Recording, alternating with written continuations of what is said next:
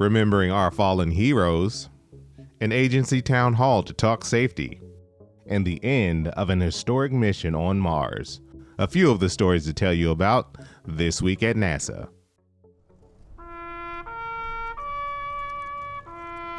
Our annual Day of Remembrance observance at Arlington National Cemetery took place on January 25th. The event honors the astronauts of Apollo 1, Space Shuttles Challenger and Columbia, and other members of the NASA family who lost their lives, furthering the cause of exploration and discovery for the benefit of all.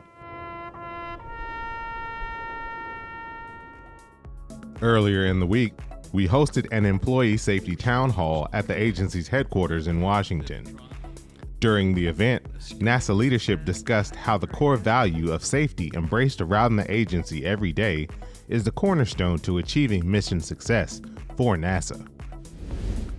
Our Ingenuity Mars helicopter, the first aircraft in history to make a powered, controlled flight on another planet, has ended its mission after almost 3 years on the Red Planet.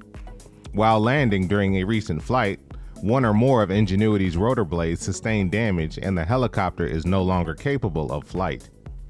Ingenuity, which was designed to only perform up to 5 experimental test flights over 30 days, made 72 flights and flew more than 14 times further than planned, while logging more than 2 hours of total flight time. Axiom Mission 3, the third private astronaut mission to the International Space Station, docked to the orbital complex on January 20th. The Axiom space crew was welcomed aboard by the station's Expedition 70 crew, including NASA astronauts Jasmine Mogbelli and Laurel O'Hara.